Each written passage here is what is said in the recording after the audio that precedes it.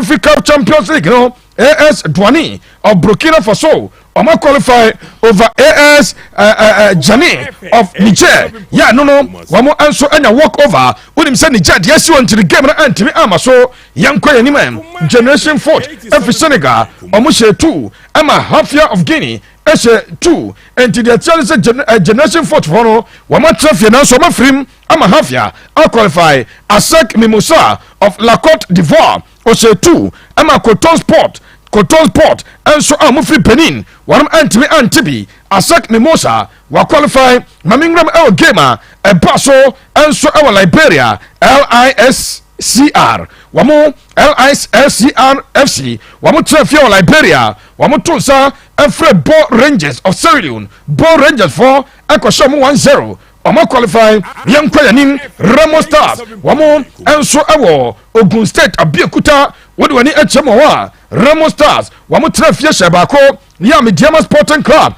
and so Asha and Timia Shabi, Nemo Namitiama, Omo winning 1-0 data, and Jagiga score line 1-1 on penalties. Midiama, I qualify 3-2, goalkeeper Felice, Ochi 3 penalties. Oh, yeah, and Yasam Kitoyam Kwayanim, Al Ali Tripoli of Libya, one I qualify over Nwadibo, and to Nwadibo for one Efromani to the Mauritania, Al Ali Tripoli, and the 1-0 I qualify Yanko and Yimba of Nigeria, one more answer Al Ali Benghazi, and Yimba 2 weeks ago, Akoko Lusuye by 4-3, and so our Libya, no more Buffalo on the ball 0-0, and to get the banner here, Al Ali Benghazi of Libya, and a former Santiago captain, Yanni Richard Bodu Agaras, one of Esakaino, Omaba qualify Nigeria, and who somebody at Tuja, Okowanima, Coton Sport de Garua of Cameroon, Wamutrafie, Wamatrafia Maria Bamako of Mali Bachel 2-0, Real Bamako, I qualify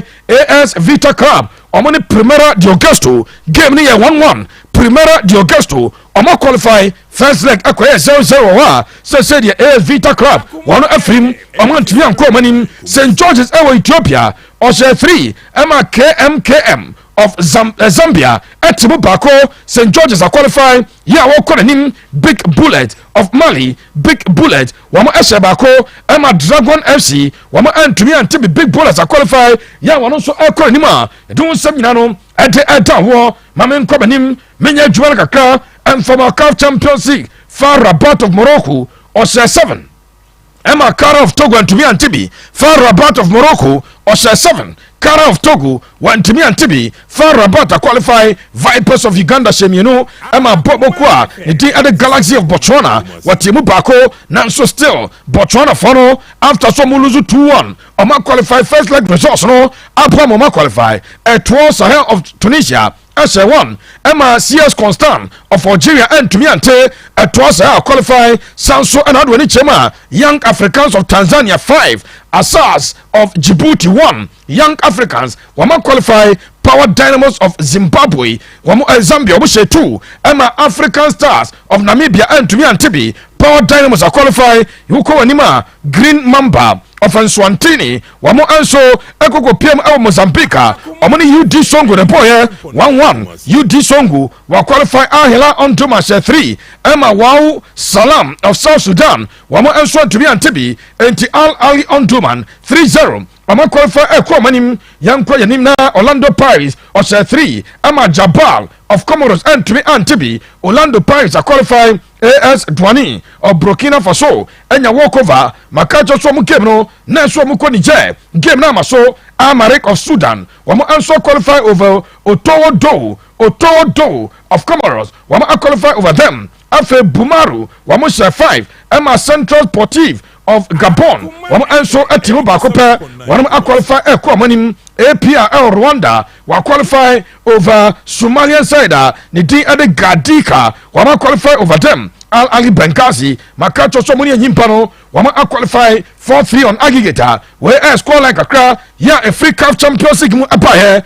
and my own Juma Adiamon, may CAF Confederations Cup, now also Maya Juma like a crowd, and so Adiamon. Uram, our CAF Confederations Cup, Ghana, your interest, Dreams FC, ɛnna wɔn nso agye qualification no na results kakra yɛ efiri wɔn nso ɛbae no yɛnyɛ wɔn adwuma ɛnfama wɛ ɔmo a ma qualify mebobɔ so ɛnso ɛde ama wɔ a na ɛsɛ ɛnie wode wɔde bɛkyerɛ mu Calon Stars of Sierra Leone wɔn anya walkover Niger team a yɛfrɛ mo Duane di Niamey yɛn nso ɔmo ne ɔmo bɔ no game no ama so eti Calonfoɔ wɔn ɛna sɛsɛyi Dreams ɛne ɔmo ba bɛbɔ no ɔmo nya walkover yɛn kɔ yɛnim Gaborone United of Botswana a qualify over Igleco Plus of Madagascar 3-1 Omoko Manim Al Ahly Ana Ahila Benghazi of Libya one ɛhyɛ 4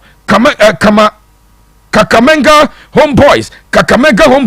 wɔn atimu baako saa di na ɛmɛ dɛpaa team no ɛwɔ Kenya yɛfrɛ mo Kakamega Homeboys wɔn hyɛ baako Abra Ahila Benghazi of Libya ɛhyɛ 4 Hilal Benghazi ɛkɔ n'anim IJK of Zambia wɔn nso ɛne Segunda Fortune Gate of Tanzania ɛna bɔɔɛ Tanzania for qualify after so mulusu 2-0 still ɔma qualify at 12 Filanti Burkina Faso on the Castle of Senegal boy game near 0-0 at 12 Filanti first leg results at the qualify Young Buffaloes of Eswatini one game no Omama Ntikraba one Free Republic of South Africa Sakuani one qualify Young Kwayanim Namenka was Agia Noir one Free Burundi one so any Sudan club no Agia Noir forum one Akomanimo Dreams FC of Ghana one qualify 2-1 on aggregator one so Akomanimo Sanso and a 3-2 on aggregate Bela Lama of Comoros one game no Amaso Ama Ferroviario di Maputo and so qualify Ekonanim where I CAF Confederations Cup game team West Yamada Uko Libya ya former Abu Salim for wama qualify over Olympic Berger of Tunisia Yamkoyanim FC Lotu or Benin FC Lotu on the Fus Rabat and a boy Fus Rabat of Morocco I qualify or we need game no 2-0 our where what the Ekoyanim FC Musa of Zambia wama qualify over Kono Sport of Guinea and also 3-0 Stade Malien 4-1 and Omusha Watanga 4 of Liberia Yamade ko Academica Defat and Ivory Coast Omusha 2 Emma AS Karo of Togo and Timu Bako Academica qualify Saw of Guinea 120 and 0-0 Saw of Guinea Econim Asoclef Efi Algeria one so and Bandel of Nigeria Eboya game no ye 1-1 Asoclef Atrefia one qualify one so Afrima when you games are Abaso and you don't results and so at Yamawono and nano Friday Upiam our English Premier League results no nano say games are baso you know some at Yamon Sunday games are baso Yamabo Sunday scores like and some format for Nane Nyami Adma Tefi and Port Deportivo Alaves Ryan Vallecano and Atletico de Pepe where a games are possible La Liga Upiam our Syria Salamitana Wamani Udini Calcio Airport Kayari wamani Inter Milan and Sababo where a games are Nyami Adra and Bosso and games kakra Ebaso on Sunday Burnley Trefie Aston Villa 3 or Timu Bako Sheffield United Sebako Emma Manchester City Ebo 2 their chair and Sahalan Ebo first goal Rodri Ebo winner no 88 minutes after say Nanka Sheffield United Abetika 85th minute and Kwamoya draw and a Rodri said there be a Henea and we winning game no Liverpool 4-1 Newcastle I was St James Parker game the point of year now Kwakwa Newcastle 1 Liverpool 2 Newcastle share first goal almost Sanso Kwano Emma Brancher Dean and Van Dijk could red card now so one to me a Brancher Dean and the Darwin Nunes a Pamuno about the ball 2 goals or and no Adio qualify aircraft manimo young Kwanim Villarreal in La Liga almost free Emma Bossa SF4 at Tibiarium game the Sasia Emma Bossa by the 15th minute not Gavi on the 12th minute Frankie Dion on the 15th minute about 2 goals and then Bossa taking lead 1-4 about take Karabako you ball 40 minutes now there 2-2 game the twice so near Kwanim Bossa one 2 goals on Bessano one Abrante did Ferran Torres and so any Lewandowski ever bought 2 goals mamo Emma Deyo no now Kwakwa 4-3 in favor of their away team Valencia 4-3 Osasuna Kwachani 2-1 Athletic Club de Bilbao and Osha 4 Emma Kraba D and so any Real Betis at Timu Bako and the Athletic Club de Bilbao and we need game no by 4-2 where the free oba ukosi anima Juve and Bologna as a tough for 1-1 draw. Juve wamani Bologna and 1-1 after Fiorentina say 2 Lecce at Camino Lazio tifia wan shabi Genoa besare bako and a Napoli and Sassuolo and so game no a Coco 2-0 in favor of Napoli. Victor James Osimhen still Oguso Atuntano and no penalty and a Tottenham and a Di Lorenzo and a Bako Akaho French Le Championnat Odwani Echema René and no game a personal René Semino Le Havre at Camino Clermont Foot one shabi Met Asharabako Sanson Montpellier what Trafia one shabi Stade Reims Equation 3-1 and also Oshabako Equation 3 and 3-1 and Stade Reims and Montpellier game no a Coco here Strasbourg Semino Emma Toulouse and to me and Tibi Lorient share 4 Emma Lee Atimu Bako and a Nice and so and Lyon Wamuko 0-0 where a games a pass and I don't some Adiamon FMA coming in Nama Remo Nama Juan Adiamon a Sansa Torres and more and Ababatoja Yayaduna and Babasi Unkona near Young Wajuma TJ China one and an one our Facebook room or one my crowd mention my crowd yeah join us on Facebook China Mpacho Mamia Branch the thing and Matheus Nunes Jayate and some Manchester City after so many 55 million euro bid APM Wolverhampton Wanderers so more per branch did Matheus Nunes Emma was for a Portuguano Man City for Abba Abayomunoma ye Manchester City 60 million pounds 60 million euros plus 5 million add-ons after the Demeter and it's a do get closer get closer and like Lisa Club the thing answer Wolverhampton Wanderers Abatias na Matheus Nunes Ababa Remo Abasakana Moma where I the free upper but there was somebody at Tuta young Koyanim and Trump Frankfurt one Bobo Koro Mekacho Somu demanded 100 million euros so branch anything and the Randall Colomwani 100 million euros Semino Casadie Paris Saint-Germain for the first bid of 60 plus 10 Equoye and Kofari Portuguese PG for and I'm so what the 70 plus 10 Equo 80 Matissa Club you're from the Antrim Frankfurt as well the 100 million euros to the bar and I'm come back here Nemum Amatrasia one more 10 million euros of him and the PG bid no at me rise Echo do 90 million euros one budget no my gem I'm a branch where the free opa me Remo our Real Sociedad it's also Real Sociedad for one more for Arsenal one player the team and so Eddie Kerentiani at the Kerentiani no Yaka Side what the near Chama Okopo a season long loan at Yama Real Sociedad one Bobo Kono do you know I had done Yam pay for you a branch of Yapon Hontoma one Kokopo a season long loan me Remo our West Ham a sons of West Ham for Abushama Yajuma one of Akokoto branch did it declarize and Yasika 105 million pounds from Arsenal William Sessikano almost spending 103 on 3 players now Nkofori Chema almost spending yepa and to way I got in your branch here the thing at the Kudus Mohammed no Makacho and a Kudus ever PMO and so our Arsenal and so our West Ham now them say before the game West Ham for Akoko no Kudus one ever PMO our West Ham one stadium our London Udim say Kudus Abushia waka champion for so no at the private jet free Omaya they did in Netherlands aba wamon fly ne mame ene yinyanum yenu opeso hia mo London no ansa no mapa no ntoma enti Kudus amaninua ena ne mame ninua ne mema mienu ena ne mame aba be hia no enti bra all touch London stadium no Kudus ene ne mame ena ko touch stadium na e won some I don't know their chance deal no I have 41.5 million cash guaranteed 41.5 and a 3 million add-ons nani nyina akwa 44.5 I have 5 plus 1 and Jabanta de Kudus Mohammed jersey number 14 and I'm paying for and so Adiaman wa you don't somebody atuja na me jina West Ham na ma yadwuma kakra match chem Adiamon and Kudus Mohammed and Dasono wano West Ham for the 38 million pounds and ato branch no me pato DJ China mamia branch the thing and the Edson Alvarez no wano so account yes Kudus picture na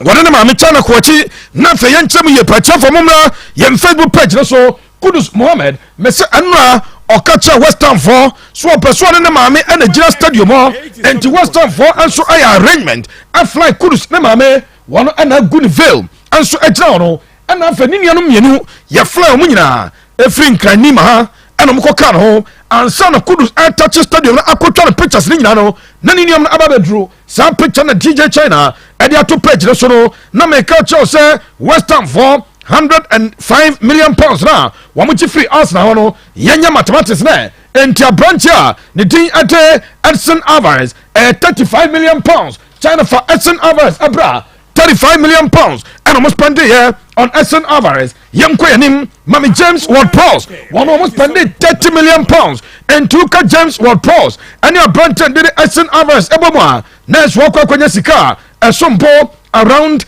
65 million pounds. Yeah, Quayanim. Abranta de Kudus, Nidiani at 38 million pounds, and to Kudus and so or the upper to 30, no, Abeka 65, no Aquaconyasika, a Sombo 95, now what the 8 number, now Quacoya 103, and 105 now. How much free Arsenal no say and almost spend this Sikana. You don't seminano at the Emma War. Join us on Facebook on Akoma 87.9 FM. Me Ramo, I was Xavi Hernandez Cruz. Now show here and to China, Mami Xavi Hernandez Cruz. Xavi say boss on to the place in here. I had Daya. One of ever top place Libya Kaho and the Ebusan some Pacho, Mobato Bessay, and was at least 2 more players. And Babacon at least 2 more players and Robert Count and yes okay na 2 players na he wanka me pacho China Mami Jean Felix ya no was New Jersey and so adiama Portugal no Jean Felix in that number 11 jersey fanato so efamame and to where one of the players boss for Sepia on between Jean Felix and so ba no aba jam aba ya adwuma no enyo no nko some no ka say boss for ye ama Brandon did João Cancelo it from one João to another João Cancelo one answer ye ya oba be piemu adiama kraba ne tin ade FC Barcelona sa 2 players and ye kan wasem and so adia che no me pacho me say cash out star 439 hash for no star 439 hash now the call nakopo unya bona ba select number 6 Akoma FM at 5 series obetumi wini 200 Ghana cedis see ya baba draw no mami owura ne tin anso ni Roberto Mancini 10 days ago and I'm back at your Sir Roberto Mancini was resigning as FIGC wamo adwuma ho fa so anya coach and former the Azuris of Italy no was resigning and yeah Frediciano Italiano Jonku Calcio for Ekoko Busara was say adwuma no want to be nya biem nyoma bi ope wamo mfa mama make Joseph papa no boa wanya deal of Saudi Arabia na Saudi Arabia no wamo man 30 million euros a year plus 10 million euros add-ons and as bonuses and Torah no afe obetumanya sika eno asombo 40 million euros ukaboma 3-year contract owura na kwakọ sign no abusu obetuma ene as much as 120 million euros where any the free offer omo so bomoden no the Saudi for qualify for FIFA World Cup so bomoden at the Saudi qualify for FIFA World Cup adiaba kwa first one ombe adiama no ene say ai wo abama sika close to 300 million euros and your bonus so qualify for World Cup no where the free offer me don't somebody ema ye kwa Yannick Kessy Yannick way I branch the thing and so ade Yannick Carrasco patro enye Frank Yannick Kessy one day say Roma Saudi data na Yannick Carrasco and so a player Osiakai Adama Bobo Kwende at Atletico Madrid unim sa kwawe wo free Belgium bra China ba so no abusu okoko jis kan bi akwana te say aya Saudi na ba so wasanam kwaso ne Al-Shabaab din komo wakacha Atletico Madrid for se me pacho mu nemu price na me nam kwaso me ko Al-Shabaab na sa kwawe de na ni atepo okoje China sikan bi and wo ye fa ba Europe ebe boy what is the sika se piemu anso Saudi owura na ekọ wo kwa jiska ne bi we the free offer me don somebody atutwa Mami Jean Felix diameter and say there Mohamed Salah abusia so be free club and the anso de Liverpool no yesi ade na ebempen so enra and opanya ne de judging club ekọ piemu after winning the game and a sky for busa so owura come here say Mo Salah so be free team num akọ piemu our Saudi Arabia no enwuye and was so no nya wa kura se bibi ho enti se nwu ye ne onim but yet meche and se Liverpool for hwe se bia se Mohamed Salah nya be ka chom so peso kwa and entam so one for Jean Felix and never be replace na we ka free up me don somebody atudwa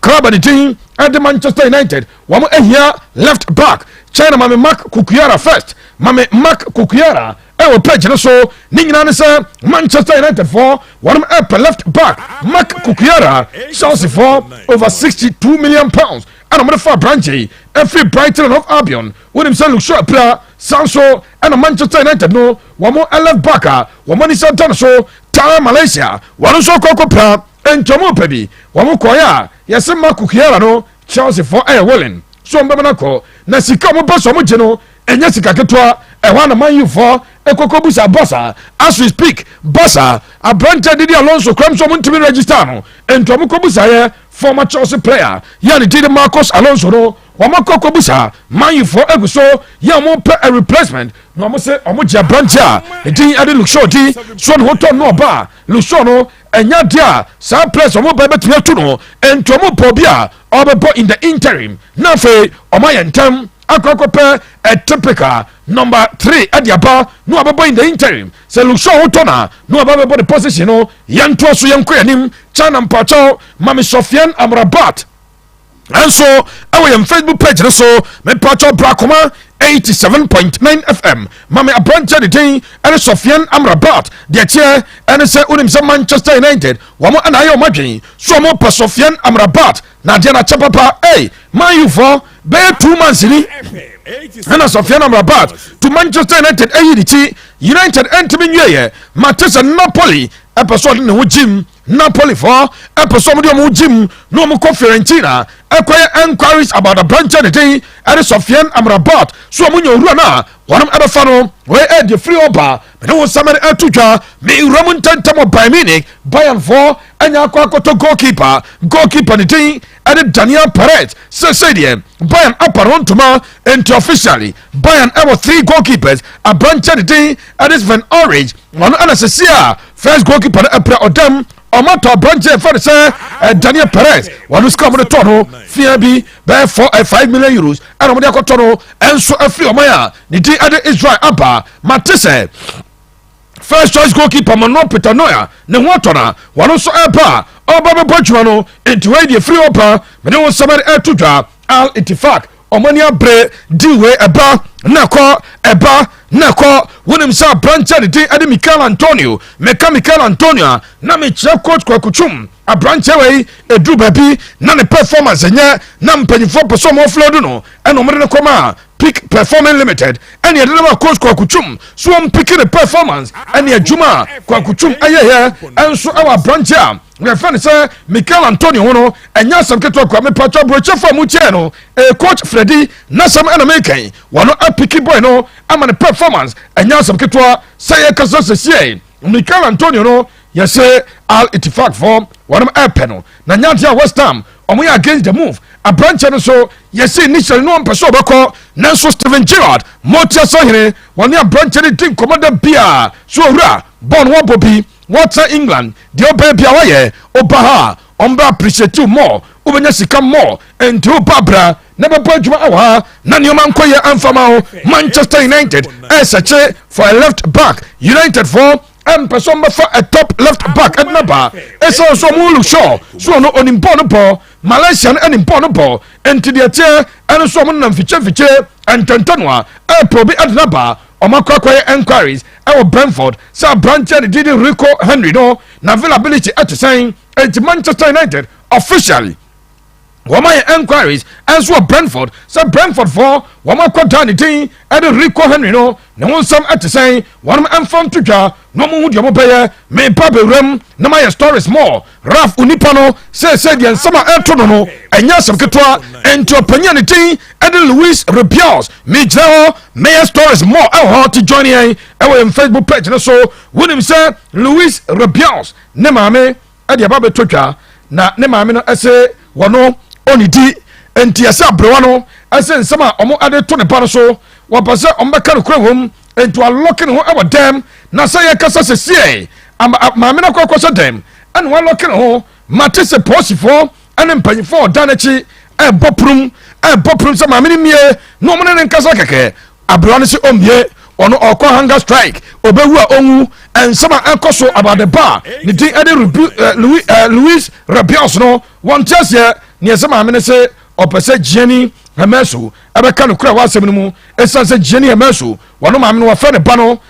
ka cheze ai ababa wano ene be kisi no ababa wano ene twe no ekisi no etise bibie ni a yemfa blame no fa ma ababa wano. In fact, Spanish Football Federation for us on open investigations at again no na bi o ma suspend no so oban mum ekokoso be manum ko kisi no Spanish Football Federation o mo so mo tamo president na chi ento mo ba investigations na bi a o mo kra no wo mo ahwese obaba wa no wonum aba bane no China change the picture no fa we to so ma me papa no so dem ya pa muntre ye se de urama UEFA for officially wama aso mo ba ababe open investigations sanso na Spanish public prosecutor and to say possible one was pay no aso asem no and to possible was paying Spanish public prosecutor ni officer o ma announce say ya kasai wama ye preliminary investigations na charge o mo to ru so a sexual assault wama chema papa no wa assault girl no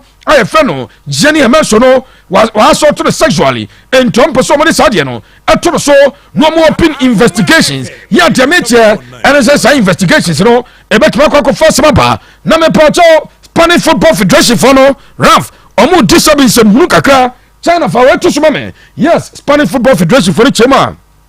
omo consider so mbe twomo anso e free UEFA mu chenie the Spanish FA outright so mbe free UEFA mu se Luis Rubios no UEFA for your majesty mu yina on betwe mu free UEFA entia no ena ekwa for repercussions adiaba me pacho stay tuned makacho se ha story ni ewram ni aye ni nyina adiama China ma me say two teams way ena obasa so now put two clubs are board here omo achievement omo Real Madrid and Barcelona say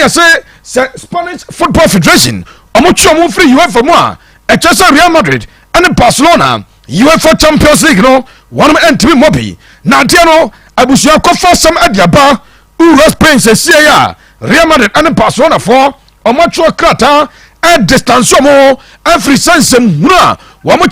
Spanish Football Federation edie so mo kwatwa mo entobotwa mo one na say automatically e bia de emfa se Ghana GF so yi no Africa fu mo a oyi no a Ghanaian club bia to more CAF competition Real Madrid for say agro na kwani die opeso de Real Madrid for one akra opeso de omo so ani omo spirit e di agro no omo Real Madrid for no omo ye bigger than the Spanish Football Federation omo ayo mo nioma so omo bebo Champions League ajeje se sabe wa ko fe amfianofo na the pressure about so na se wo jadwuma na enfasa bensamfu bia ma se uyi wo free UEFA no automatically Spanish clubs no lose some position and so our UEFA Champions League especially Real Madrid and Barcelona Manchester Madrid and Barca and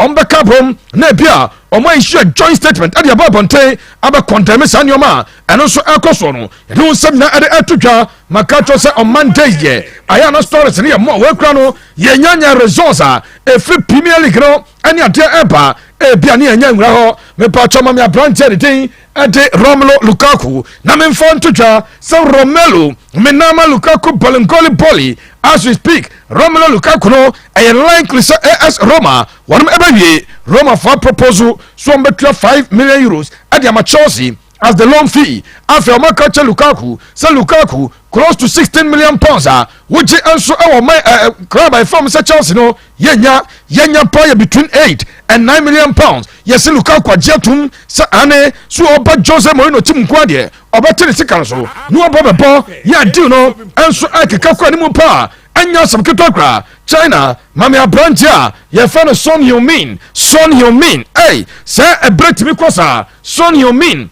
8 years ago and a Son Heung-min club and did Tottenham Hotspur equal to 22 million pounds and my Bayern Nufia Leverkusen and I'm going for branch the day and the Son Heung-min when him say son eba no wa bought 375 games at the Tottenham Hotspur was 145 goals and why assist Makumaku 80 and 2 kaboma nasa branch the no nyoma waje nya seketwa na Champions League or the Tottenham abo at the second EFL Cup or the Tottenham abo at the second when him so rai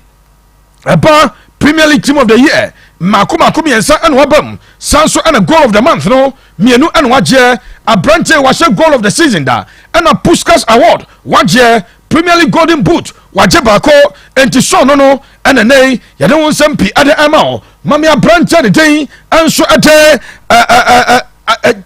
the Egyptian god fa no to so ba me mame the Egyptian god Mohamed Salah Salakali abusuatie nkɔfo no from Al Ittihad no wɔn mu nyaa Salah asɛm no ka da maka to sɛ ɛnora yɛkɔbusa Jurgen Klopp Sky fo busa na ɔso wɔnya wɔ akora sɛ bibi ɛkɔ so ɛna nkɔfo aka sɛ ɛda so ɛwɔ hɔ sɛ deɛ dɛmɛkye ɛne sɛ Al Ittihad ɛso mbɛtua 150 million pound 150 million euros ɛde ama Liverpool wɔn mu tua 100 million guaranteed no more 5 million no add-ons ɛne ɛso ɔba na Al Ittihad ɛgye league Al Ittihad ɛtumi kɔ ɛkɔgye the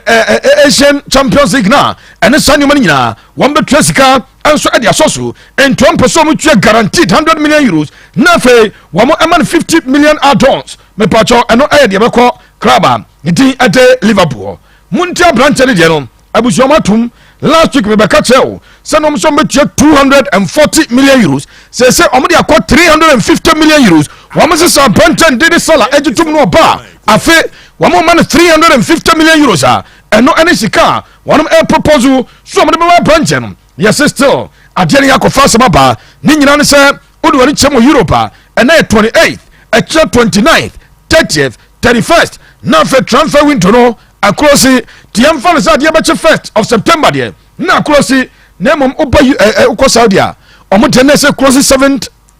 of September ɔmo ayɛ standard kɔ 20th of September enti yɛsɛ between time a Europe deɛ no bɛkoro si ɛkɔ akɔsi sɛ wɔnom adeɛ no bɛkoro si 20th no nkɔfo no bɛ destabilize Salah wɔn de sikasam ɛbɛbɔ ne sikatuo ɛnea ogyina hɔ ne abɔ sikatuo pɛɛ ebia na Salah no ɛdecide sɛ adeɛ deɛ ɛkeka kɔ no ɛnso ogya wɔ kɔ a wɔyɛ so yɛ kakra firi hɔ pa mame Neymar dos Santos Junior Neymar ɛɛpa no no wapira na Neymar recovery no yɛsi adeɛ no yɛ incredible wonim sɛ Neymar wɔde ne personal trainer ɛnso ɛbaayɛ owura ne din ɛde hɔ yɛ Jesus ɛyɛ the personal trainer of Neymar ɛnti abusua abrante de yɛsi personal trainer Neymar ɛdie doctors ɛkyɛm na nkɔbɛkyɛ fie bɛɛ 4 weeks but Neymar no training a ɔyɛ no ɛkyɛ sɛ abrante no ɛyɛ back a ɔba na ɔbɛbɛhyia kamepɔtɔ João Cancelo ne move a ɔyɛ ɛde apiam ɛwɔ FC Barcelona no sɛsi adeɛ mɛtuma ka sɛ ɛyɛ done João Cancelo ne move no ɛyɛ done last week meka kyɛw sɛ ɛduru sɛ Barcelona ɛbɛyi press bi afiri wage bill no so sɛ na bɛyɛ ɔmbɛtumi de abrante no ba ɔmo financial standing in Spain no ɛmma kwan so ɔmo de abrante no bɛba enti deal no ɛnyɛ 2 clubs na ɛbia deadlock aba na mmom ɛyɛ 2 press no enti hɔ ɛna megyina yɛ sɛ deɛ wɔmo yɛ bia bibia ma me Emil Smith Roy abrante wɔ kɔ Arsenal wɔn na sɛ jersey number 10 Emil Smith Roy na abrante ɛnya bi mmɔ Chelsea ɛpɛ number 10 Chelsea ɛpɛ number 10 na Chelsea fɔ no yɛsi Todd Boehly ɛkɔkɔbusa papa ne din ɛde ɔkɔkɔbusa ne coach ne sɛ Pochettino yɛpɛ number 10 yɛnya dɛ na Pochettino sɛ ɔhia number 10 a wɔn ɔba bɛbɔ sɛ bia Chelsea ni number 10 wɔn mo pɛ short term solution ɛna yɛbusa sɛ adeɛ no wɔsɛ hɛ abrante ne de Christopher Nkunku no mo deɛ mo nim so ɔrekɔfa na ɔbɛka Nicholas Jackson ho a Chelsea will start scoring 5-6 per game yɛsi coach na ka kyerɛ mo sɛ hwɛ Nano Jackson ɛpeke ne form a Raheem Sterling ka ho no Chelsea hyɛ free na ɔyɛ sure sɛ Christopher Nkunku ne ba Chelsea ho bɛyɛ hu enti ɔmo nya number 10 so ɔba bɛba Chelsea for ayɛ list ma memfa ntotwa sɛ abrante de Ferran Torres ɛwɔ Barca ne din wɔ so Rafinha ɛwɔ Barca ne din wɔ so ɛna Emil Smith Roy ɛnso ɛdin wɔ so na ma memfa lenke ukɔpia wɔ Barca abusua abufo aba wonim sɛ Rafinha no wɔn bɛtɔ no ɛnso afiri club and didi list ɛne abrante kɔɛ wakɔkɔ bɔ last season pa na yɛsɛ Xavier ka kyɛ ne sɛ yɛkasa yi deɛ ɛwɔ the right side of attack hɔ no Lami Yama atu no ɛna wɔ sɛ akwadaa no yɛfɛ no Yami Lama na afɛ no no ahyɛseɛ bɔbɔ no atu mi na wɔn sɛ ahe yɛsɛ ɔna first choice enti abrante no didi Rafinha no nya ɔbɛkɔ yɛsɛ Chelsea fɔ no ɛpɛ no enti Chelsea saa nkɔfoɔ nyinaa no ɔmo pɛ obiara just alone ɔba bɛbɔ 1 year ɔmo nya 6 months loan kora kɔn bɛfa ɛsiane sɛ Christopher Nkunku abɛba na Nkunku ne ba owura ne sɛ ne team no bɛyɛ complete wei ɛyɛ deɛ firi hɔ pa de wo nsɛm de atotwa ɛnsɛm no yɛ mmɔ wokɔkɔ pia mu Manchester fɔ ɔmo te bufu sɛm kakra wiei abusuama yifoɔ buafu wɔn wɔ hɔ a na ɔmo nya mail ɔmo kɔ bia mu afiri West Ham sɛ yɛasan ba biem yɛba bɛfa abrante de din anaasɛ owura ye friend say Harry Maguire ne mum ye pe loan eno mum say mo de na ha mo di kan ba say mo to akwa 30 million pounds akwa ne nko a o se ye ntwa de sika nyina ma no ye ka cham say mo ntwa bi ne ntwa bi mo antwa mo ba say mo be fa loan e kire say aka ne 2 years o be fa loan aka 1 ne ye ndan e to one part ogu say ne branch e be stay no about the ball yes said in Hazard football tin ani so Eden Hazard enya interest so bebo piem na nkofo busa no say Hazard adan onim say Lille Metropole e deal aba so mo be fa Hazard OJC Nice e deal aba on be fa Hazard 5 clubs from Saudi League aba so mo be fa no okọ MLS ni mu a Manchester 3 clubs and aba and okọ China 6 clubs aba yes ni nyina busa Hazard o no opeso reta yes so na cancel de ko bo 1 year bi bra Hazard say ni bo hu biem akwa ni treatment Real Madrid for no fam no e ya de ha na papa na so de pa me ya Madrid ni Real Madrid for anya de abranche de de Marcus Rashford abusia ko to Rolls Royce na Rolls Royce re boy 560,000 pounds hey ko dai says ka yes Rolls Royce ni e 560,000 pounds ni esi akwada no e fi ne nkoda bram nyina or a fan of Rolls Royce in just we speak or Rolls Royce mako biensa China mama dia is aswa no where the first Rolls Royce akwada no toy where auto 280,000 pounds e wo mu anu mo ya foforo ba ti fa me ko the other one no tuntun na sise no fa no to so mpe no ho a na akwada ni dimirika and what this 346,000 pounds as I got told Rolls Royce we have and now we are Rolls Royce for launching new one ni blue no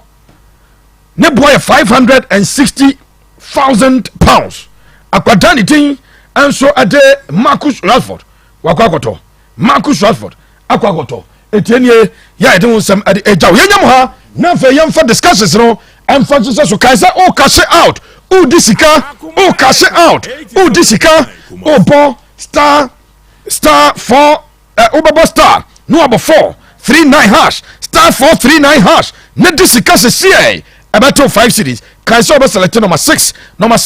Akoma 50 asabe waba abehebi Francis Nimo Wonder Boy nom Kensak munyina mucha so bucha pensa be jambo yemfa de aka emfa to so Akoma 87.9 FM right money aduma meba mavenda me homra sia just 58 seconds yeba ya the analysis papa pano Nina no yele bro live on Akoma 87.9 FM.